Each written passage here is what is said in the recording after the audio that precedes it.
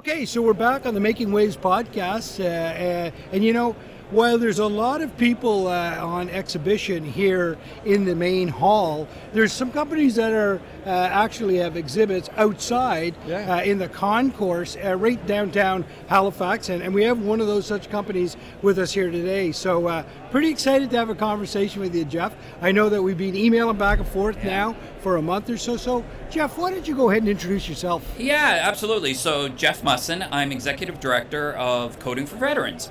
And Coding for Veterans is an organization that I founded to help Canada's military veterans retrain for jobs in Canada's tech sector. And what's interesting is I'm a tech entrepreneur. In fact, I own a software business, and actually want to take it one step further. I've never worked for anybody. Right. Since I've been out of, even in university, I owned a lawn sprinkler business and burying those pipes to... Then we cut so many phone wires with Bell Canada that I got a contract with Bell Canada to start burying those wires, and then Cogeco and Rogers, and that got me into tech. And what was interesting was when I launched Dynamite Network, my software company, it was about 3 years ago, we landed a contract with an insurance company to use AI to do risk analysis on auto accident files. Okay. And I obviously was going through a big hiring phase, and to say I was underwhelmed with the talent coming in the door is an understatement. Okay. Right? What market or were you in at this point? Really, Dynamite Networks is a software development shop. So you come to us, Anywhere. we'll build you anything. Right. Yeah, we are get outsourced. So we'll build everything from website development to AI, right? Machine learning.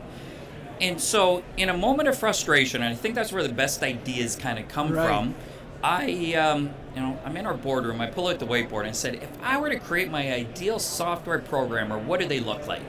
And you start writing down, and you want, attention to detail, leadership, teamwork, blah, blah, blah. And I took a step back and I'm like, holy cow, these people are in the military. And I'm fortunate because I annually chair Tech Day on Parliament Hill. So I bring all of us geeks together with the politicos, the staffers, the MPs. And so I knew a lot of the chiefs of staff, and particularly Minister Baines is chief of staff, and at the time is Minister O'Regan in charge of Veterans Affairs. So I put together just a one-page thesis that really said, can we identify those 7,000 to 10,000 men and women that leave the military every year, figure out who has an aptitude for technology, partner in with an academic institution to deliver the curriculum, and start backfilling the 147,000 IT jobs that are projected to go unfilled. And because of my software company, I'm plugged into the scene, right? And I felt this acutely. So, look, for self-serving reasons, I now created my own talent funnel for my business. Right. But it expanded so rapidly and large that I ended up forming, with my team and the nonprofit group, Coding for Veterans. And that's really, in essence, how it started. It's awesome. That is a big vision. That is a big vision you had. How did you get academia engaged in the conversation? Well, what was interesting was we talked to numerous institutions, right? You talk to the private colleges. You talk to the community colleges. And obviously the universities. And what's funny was stereotypes don't necessarily play out to reality, because the big stereotype was, the colleges are much more nimble and responsive to the needs of industry. I got to tell you, the University of Ottawa, who we partnered in to deliver this program, is about as nimble, if not more, than colleges that we talked with, and even private colleges. Wow. Right. And it was really interesting because, there's a reason why people have 2 ears and 1 mouth, right? You're supposed to listen twice as much as you talk. 100%. And we did that. Yeah. So the first thing that we set about, and obviously I built out a team to execute on my crazy idea, right? Yeah. But what happened was that, we first went and we talked with employers, and we said, what are the skill sets that you're looking for when it comes to software development? And what are the languages in demand today but more importantly, 5 years Right. down the road. And so we, in essence, built the program backwards, right? And then we also realized very early on there's a lot of occupations in the military which have really a tech-heavy focus on it, right? Yeah. So there was a need to create an advanced stream. And so we created an advanced stream in cybersecurity. Wow. And again, went back to the employers, and some of them defense contractors who are on the floor here, but also Canada's big banks, Right. small to medium business. Like, we just listened, right? Yeah. I was listening to her. And what they said when it came to cybersecurity is that, well, with the curriculum and the programming, it's great that the University of Ottawa is delivering it, but we want to see industry accreditation. So my next question to them was, what are the top industry accreditations you're looking for? Right. And they came back and said, well, CCNA for networking, and then CISSP for cyber. And really, when you look at the CISSP certification, that's kind of the equivalent of a lawyer writing a bar exam. Right. So before anyone leaves our cyber program, they actually write that certification exam. Right. So now there's very little daylight between what the marketplace wants and what is coming out of the academic institutions. And we also partnered in with leading suppliers of technology. Cisco, Amazon, O'Reilly, LinkedIn. Here's one thing that you thought Amazon ate the lunch of retail. Wait till you see what LinkedIn Learning is going to do to the academic world. Right. Right? Really?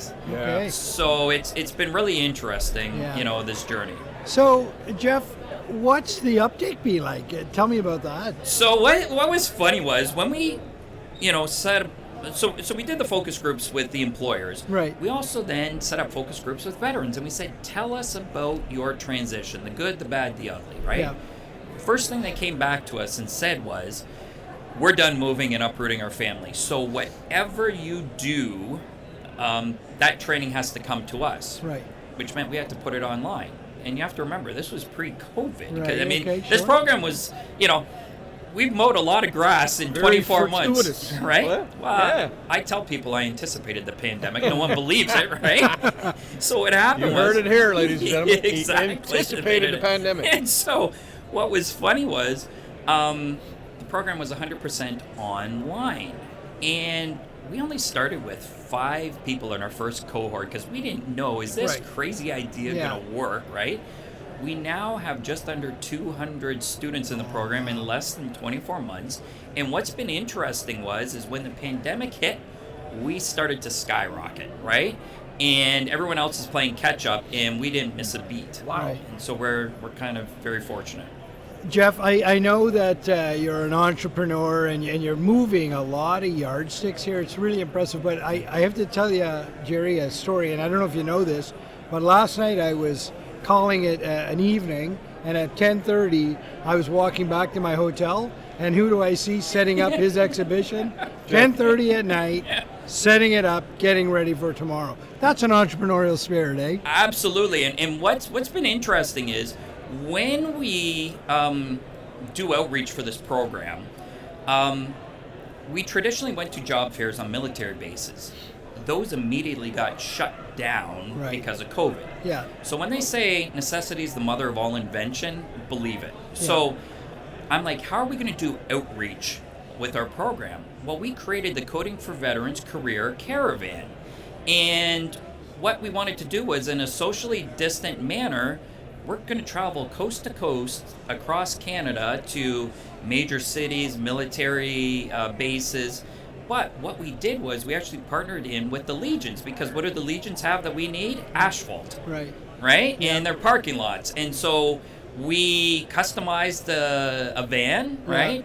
We customized an outdoor tent. Yeah. And, we set off across the country. And so we kicked it off in Ottawa on September 10th. Yeah. Half the team went east with me, the other half went west.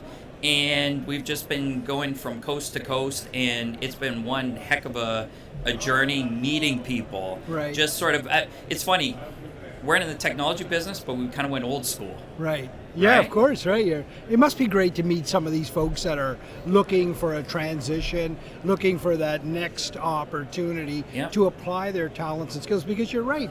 I think a lot of people come out of military service with an ability to communicate, Yeah. an ability to work effectively within a team, Yeah. an appreciation for lifelong learning. Yeah. They're constantly relearning their skills, Yeah. and leadership skills. Yeah. So it sounds to me like those are the perfect candidates for you. Absolutely, and it's those soft skills that kind of matter. Right. And what was interesting was that with our program, the tuition is paid 100% by Veterans Affairs Canada for wow. those Really? that have served more than 6 years and released after 2006. Okay. And so here you have an opportunity where your education is free. The program's 100% online.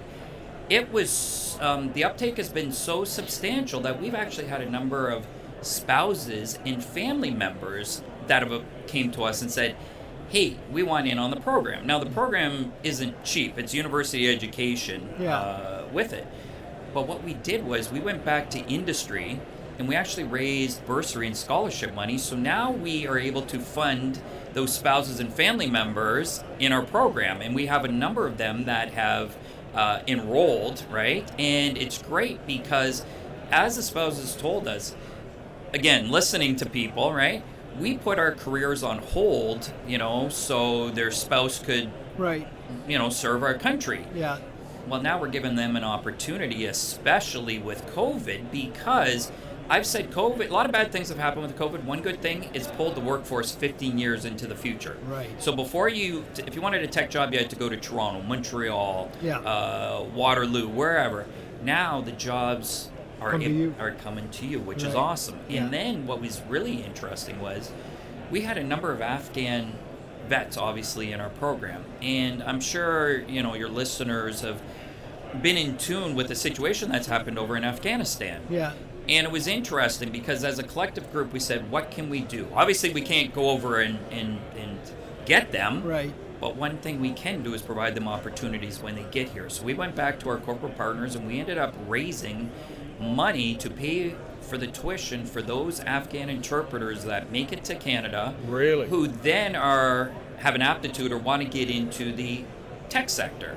Because we can help them provide stability, careers here in Canada, and we're not taking jobs from other people. There's 147,000 jobs that need to get filled. Share your thoughts. Well, Jeff, you touched on something that I think is near and dear to my heart. My brother-in-law is from Kenya, lives here in Halifax.